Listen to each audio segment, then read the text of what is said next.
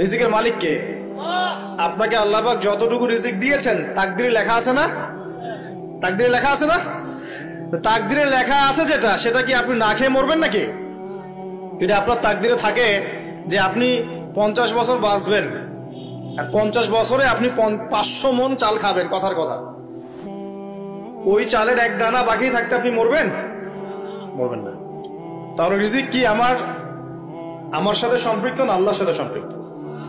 এই বিশ্বাসটা করতে হবে। তো দাঁড়িয়ে রাখলে কি মেয়েরা পছন্দ করবে না নাকি? বলেছে যে বিয়ে করবো না দাঁড়িয়ে রাখলে, এমন কথা বলেছে? যদি কোনো মেয়ে এরকম কথা বলে, ওই মেয়েকে বিয়েই করার দরকার নেই আপনার। যদি কোনো মেয়ে আপনাকে বলে যে দাড়ি রাখলে ভালো লাগে না, শেভ করতে হবে, না হলে বিয়ে হবে না, বিয়ে করব না, ওই মেয়েকে বিয়ে না করাই উচিত আপনার।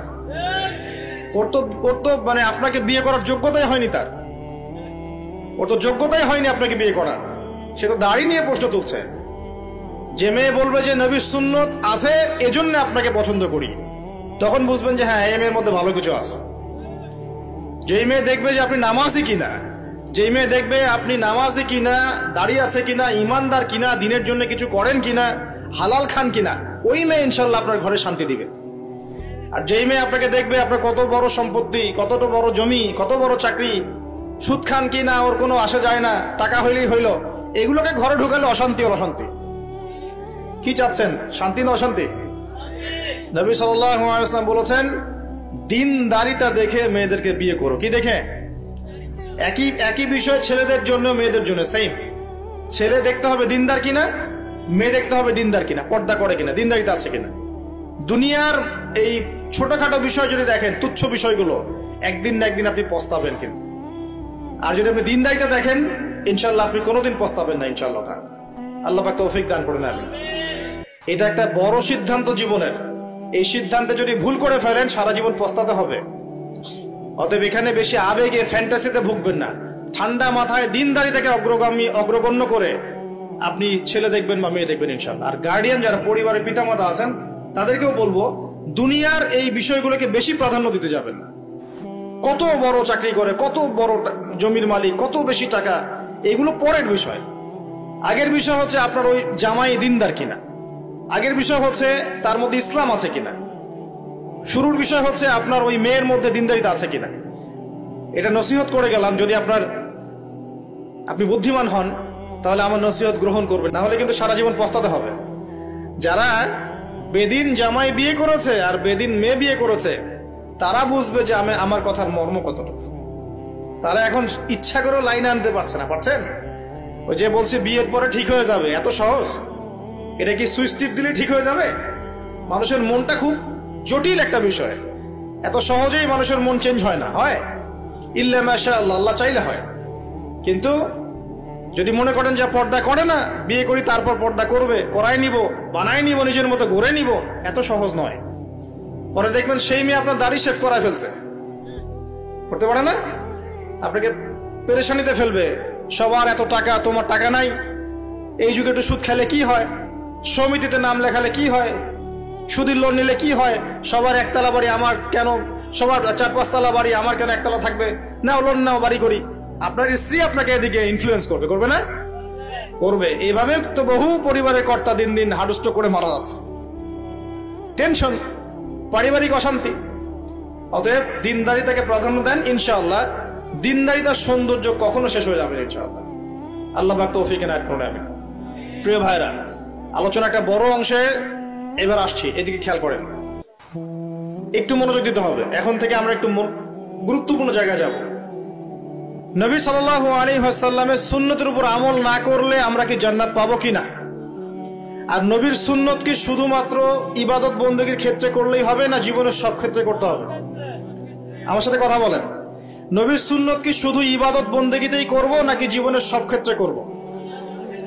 আল্লাহর নবী সাল্লাল্লাহু আলাইহি ওয়াসাল্লাম মাত্র 23 বছরে আইয়ামে জাহিলিয়াতকে সরিয়ে দিয়েছেন কি দেন নাই?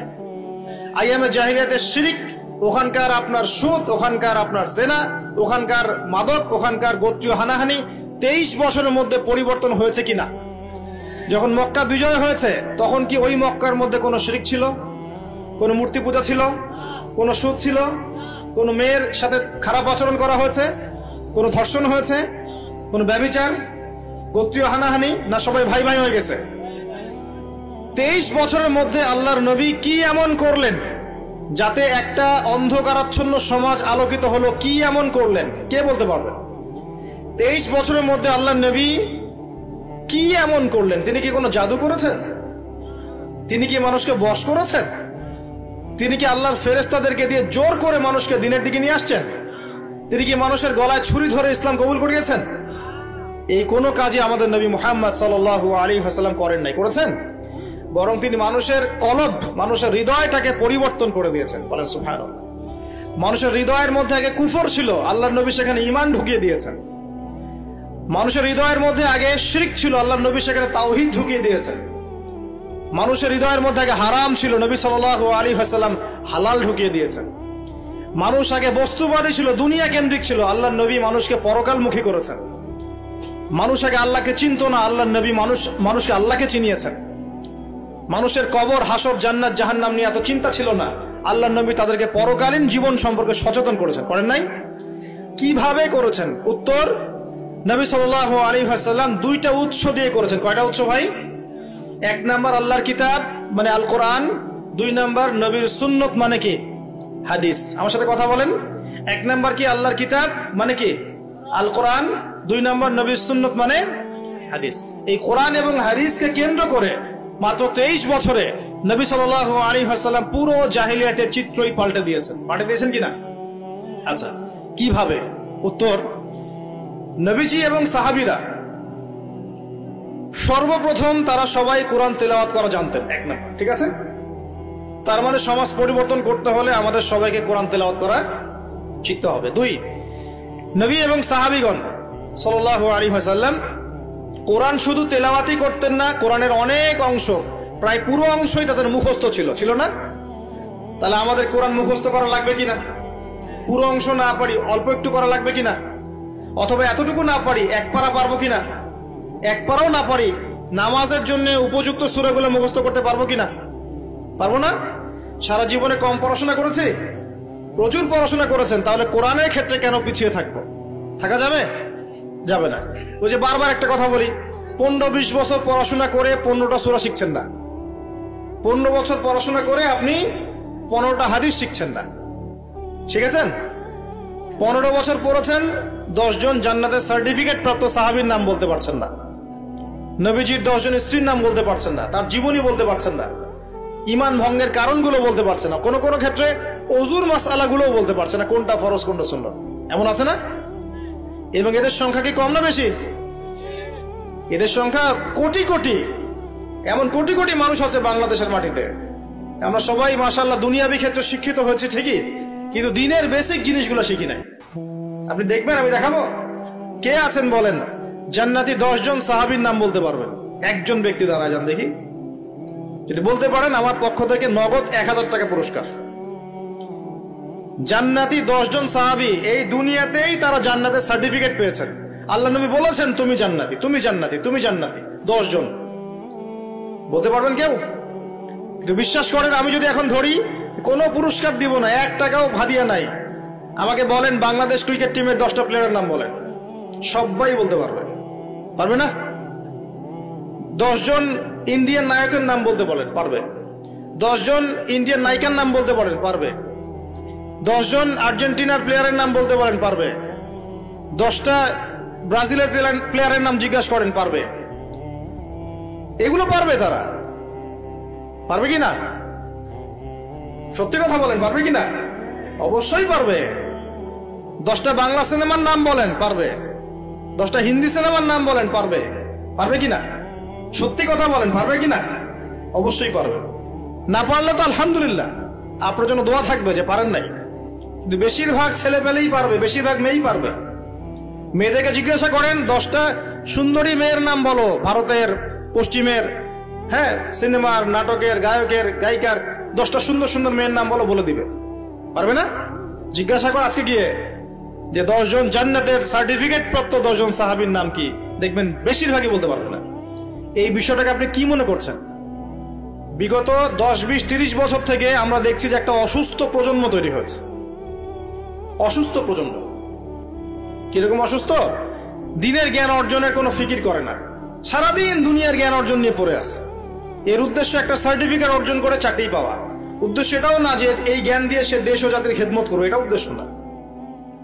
অসুস্থ প্রজন্ম, জিজ্ঞাসা করবেন ইসলামের বেসিক জিনিসগুলো জানে না, বাইরের বড় বড় জ্ঞান তার জানা আছে, পুরো পর্যায় সারণী মুখস্থ কেমিস্ট্রি, 10 জন সাহাবীর নাম বলতে পারবে না, 10 জন নবীর নামও বলতে পারছে না। 10টা সূরা ধরলে প্যান্ট খারাপ হয়ে যাবে।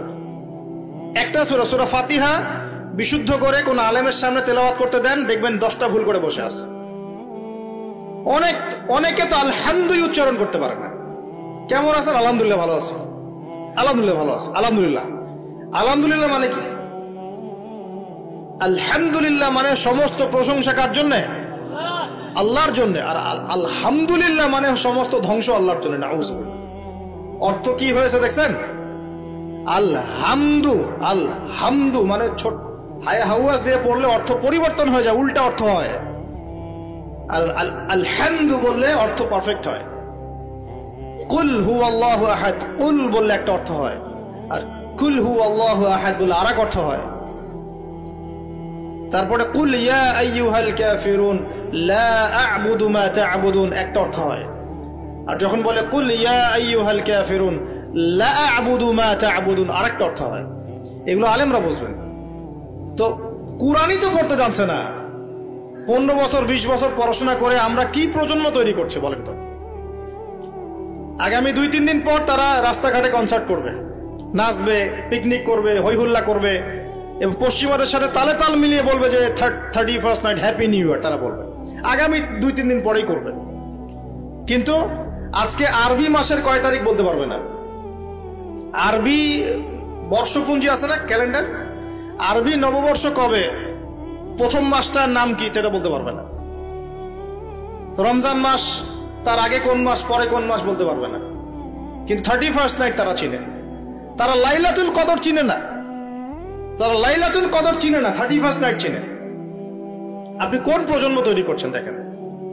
এখানে প্রসঙ্গ যেহেতু এসেই গেল বলে দেই এই কথাটা, পরে ভুলে যাব, যে খ্রিস্টপূর্ব প্রায় 46 সালের দিকে এক ব্যক্তি ছিল, তার নাম ছিল জুলিয়াস সিজার। কি নাম?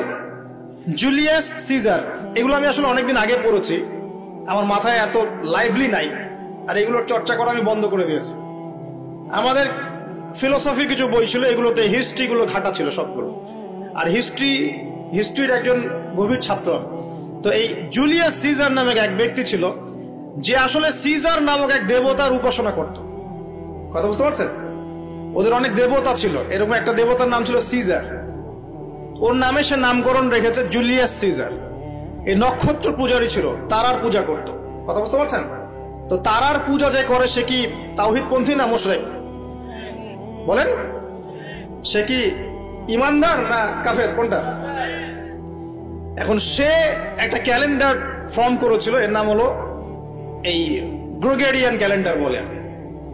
তো এখানে প্রথম বর্ষ যেটা, এই প্রথম বর্ষতে উৎসব পালন করা শুরু করেছে এই জুলিয়াস সিজার নামক এই ব্যক্তি প্রথম, এবং সে সমাজ এটা চালু করে দিয়েছে।